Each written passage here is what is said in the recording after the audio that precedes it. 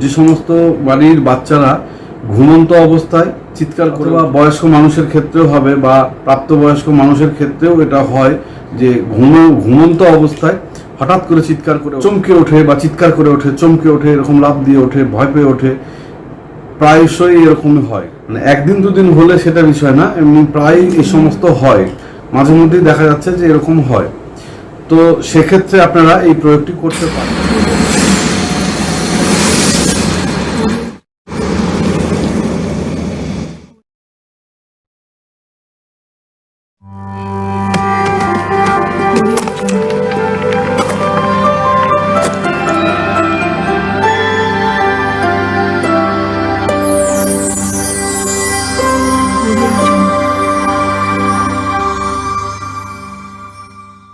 নমস্কার, আমি জ্যোতিষ ও তন্ত্রোক্ত শিব সাধক ও অঘোর সাধক আচার্য শ্রী শেখর শাস্ত্রী।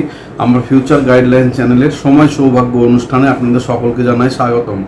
আজকে একটি বিশেষ উপাচার নিয়ে আপনাদের সামনে এসেছি।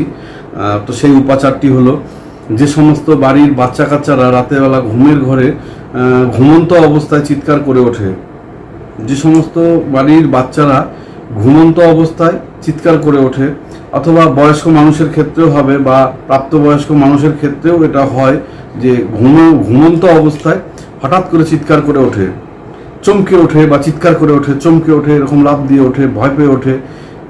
প্রায়শই এরকমই হয়, মানে একদিন দুদিন হলে সেটা বিষয় না, এমনি প্রায় এই সমস্ত হয়, মাঝে মধ্যেই দেখা যাচ্ছে যে এরকম হয়। তো সেক্ষেত্রে আপনারা এই প্রয়োগটি করতে পারেন।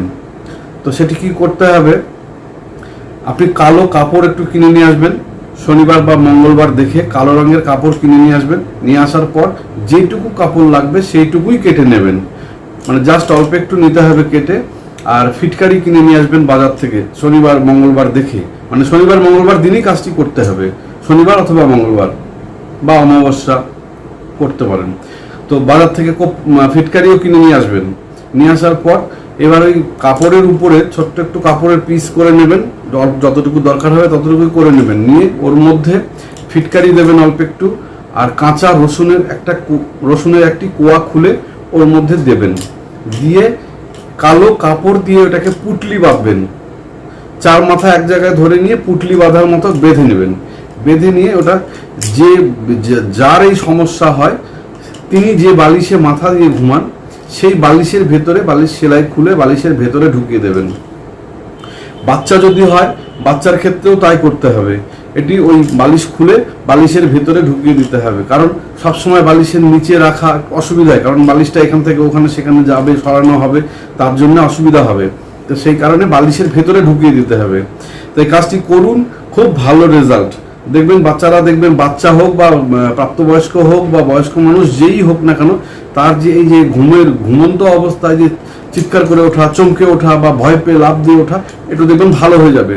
আর এই তথ্যটা কিন্তু আমার নিজস্ব ব্যক্তিগত মতামত না, এটা আমার গুরুর মুখ থেকে পাওয়া তথ্যের ভিত্তিতে আমি আপনাদের সামনে উপস্থাপন করলাম। এটি নিজ গুরুর অনুমতি নিয়ে কাজটি করবেন, অবশ্যই ভালো রেজাল্ট পাবেন। আর কাজটি করে যদি উপকার হয় তাহলে আপনার বন্ধু বান্ধব, আত্মীয় স্বজন, শুভাকাঙ্ক্ষী প্রত্যেকের মধ্যে ভিডিওটা শেয়ার করে দেবেন, যাতে তারা নিজেরাই নিজেদের সমস্যার সমাধান করে ফেলতে পারে, অন্য কোনো জ্যোতিষী বা কোনো তান্ত্রিকের কাছে বা কবিরাজের কাছে যেতে না হয়। আর আমার চ্যানেলটিকে লাইক করে দেবেন, সাবস্ক্রাইব করে দেবেন, বেল নোটিফিকেশনটি ক্লিক করে দেবেন। তাহলে কি হবে, আমি নতুন নতুন তথ্য আপনাদেরকে দিতে উৎসাহ পাবো। তার ফলে কি হবে, নতুন নতুন জিনিস আপনাদেরকে উপস্থাপন করতে পারবো বা করব। তো আরেকটা কি হবে, আমি যে ভিডিওটা আমি আপলোড করব সেই ভিডিওটা সবার প্রথমে নোটিফিকেশন আপনার কাছে চলে যাবে। সেই ভিডিওটাই হয়তো আপনি জীবনের মোড় ঘুরিয়ে দিতে পারে।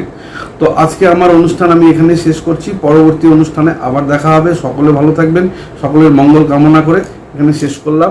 নমস্কার।